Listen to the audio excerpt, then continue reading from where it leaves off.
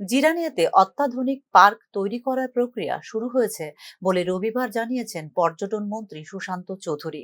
প্রায় 70 কোটি টাকার এই প্রকল্পের ডিপিআর তৈরি করা হচ্ছে বলে ওই দিন জানিয়েছেন পর্যটন মন্ত্রী।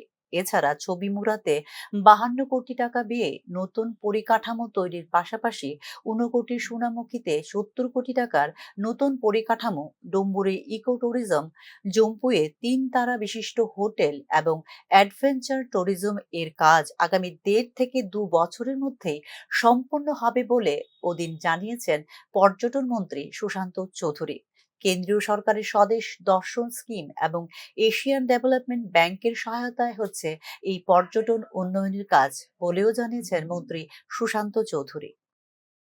জিরানিয়াতে এসএন কলোনি, সেখানে এটা ডিপিআর পর্যায়ে রয়েছে, আলোচনা চলছে। গত দুদিন আগেও কেন্দ্রীয় মন্ত্রীর সঙ্গে আমার ডিসি হয়েছে। সেখানে আমরা 70 কোটি টাকা ব্যয় করে একটা অত্যাধুনিক পার্ক আমরা তৈরি করব, যেখানে আগরতলার শহরের বা আশেপাশের মানুষ প্রতিনিয়ত সেখানে যেতে পারে। আমাদের ডুম্বুর 3টা আইল্যান্ডকে আমরা আইডেন্টিফাই করেছি, সেখানে আমরা নতুন করে ইকো ট্যুরিজম তৈরি করার চেষ্টা করছি।